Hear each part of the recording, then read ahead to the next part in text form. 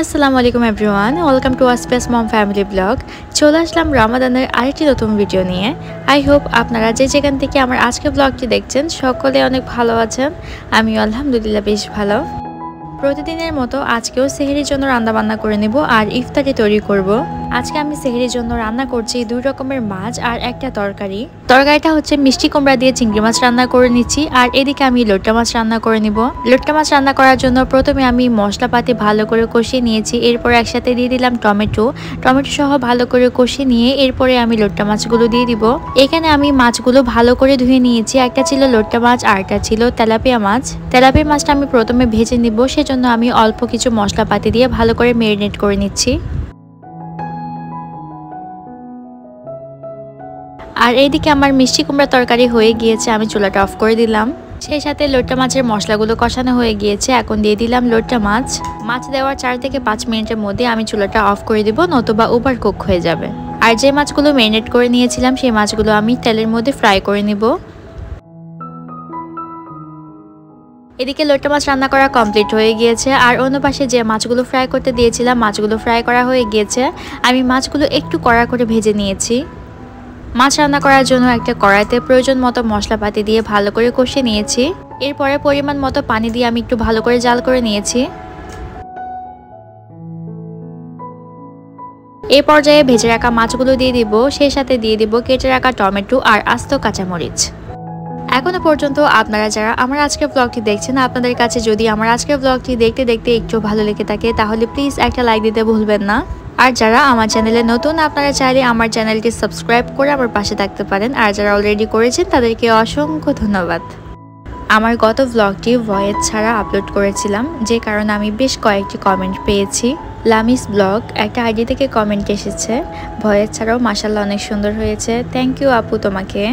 হাসান নামের একটা আইডি থেকে কমেন্ট এসেছে, মাশাআল্লাহ আপু তোমার video always best, thank you for compliment. আসলে এরকম কমেন্ট পেলে অনেক বেশি ভালো লাগে।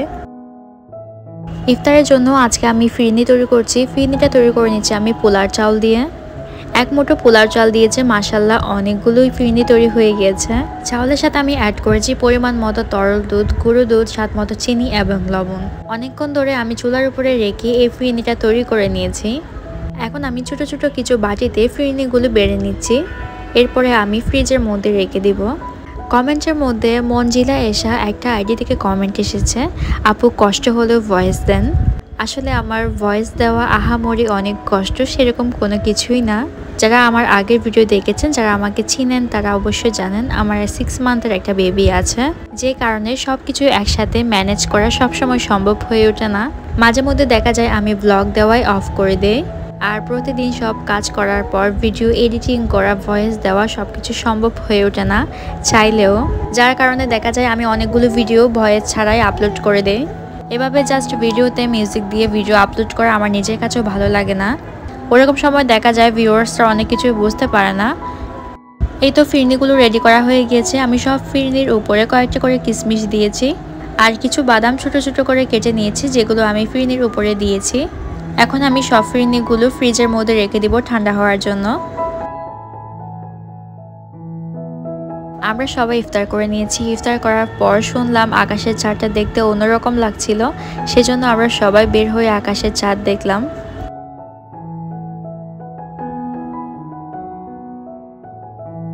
এরপর দেখলাম আমাদের বাসায় অনেকগুলি গিফট আসলো। এই গিফটগুলো নিয়ে আসলো আমার ভাই। আমাদের বাড়ি থেকে অনেকগুলো গিফট আসলো, আর গিফটগুলো কি কি ছিল সেগুলোই এখন দেখে নিব। আমার ভাই একটা একটা করে দেখাচ্ছে। প্রথমে ছিল আমার শাশুড়ি আম্মার জন্য খুবই সুন্দর একটা শাড়ি। এই শাড়িটার কালার, ডিজাইন সবকিছুই অনেক সুন্দর ছিল, আর আমার শাশুড়ি আম্মা অনেক বেশি পছন্দ করেছেন। সেটার চেয়ে বড় আর কিছুই হতে পারে না।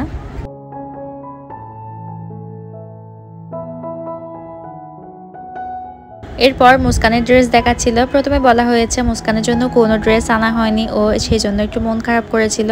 এরপর যখন দেখতে পেল ওর জন্য ড্রেস আনা হয়েছে, ও অনেক খুশি হয়েছিল।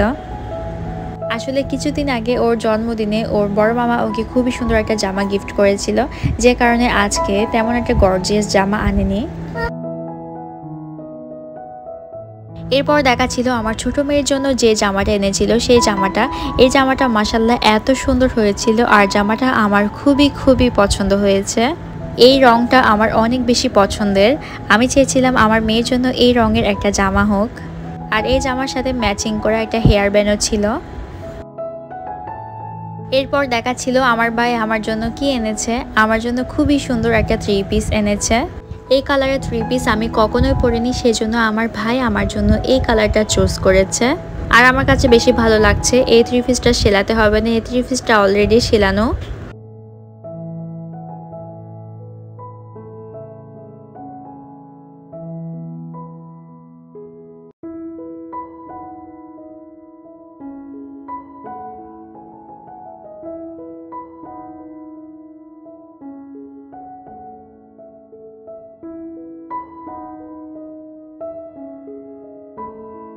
এরপর ওর ভাইয়ের জন্য কি গিফট আনলো সেটা দেখাচ্ছে। ওর ভাইয়ের জন্য এনেছে খুবই সুন্দর একটা পাঞ্জাবি। পাঞ্জাবিটাও অনেক বেশি সুন্দর হয়েছিল। পাঞ্জাবির কালারটা আমার কাপড়ের কালারের সাথে ম্যাচিং হয়ে গিয়েছে। আসলে এই সব কাপড়গুলো আমার ভাই নিজে চুজ করে নিয়ে এসেছে। আর আমার ভাই খুবই ভালো করে জানে আমরা এই কালারের কাপড় কখনোই পরিনি, সেজন্য এই কালারটা চুজ করেছে। আর মজার বিষয় হচ্ছে আমার কাপড়ের কালার আর ওর ভাইয়ের কাপড়ের কালার অনেকটা ম্যাচিং হয়ে গিয়েছে। এরপর সে দেখাচ্ছিল সে নিজের জন্য এবং ছোট ভাইয়ের জন্য কি কিনলো। এই পাঞ্জাবিটা ছিল ছোট ভাইয়ের জন্য। এই পাঞ্জাবির কালারটাও মাশাআল্লাহ অনেক সুন্দর হয়েছে। আর সে নিজের জন্য কিনেছে একটা হোয়াইট কালারের পাঞ্জাবি। ওর পাঞ্জাবিটাও অনেক সুন্দর হয়েছিল। এই তো আমাদের বাড়ি থেকে দেওয়া উপহার ছিল এগুলোই। আমার আজকের ব্লগ এই পর্যন্ত। সবাই ভালো থাকবেন, সুস্থ থাকবেন। আল্লাহ হাফেজ, আসসালামু আলাইকুম।